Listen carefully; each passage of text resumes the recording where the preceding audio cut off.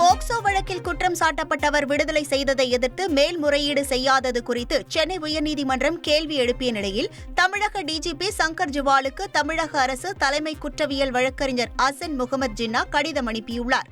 அதில் போக்சோ உள்ளிட்ட கொடுங்குற்ற வழக்குகளில் குற்றம் சாட்டப்பட்டவர்களின் விடுதலையை எதிர்த்து உடனடியாக மேல்முறையீடு செய்ய நடவடிக்கை எடுக்கும்படி விசாரணை அதிகாரிகளுக்கு அறிவுறுத்த வேண்டும் என்று தெரிவிக்கப்பட்டுள்ளது.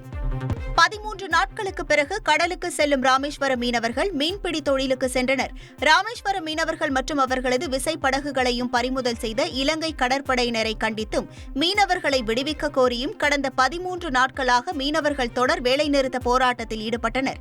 இந்த நிலையில் 13 நாட்களுக்கு பிறகு ராமேஸ்வரம் மீனவர்கள் இன்று மீன்பிடிக்க சென்றனர்.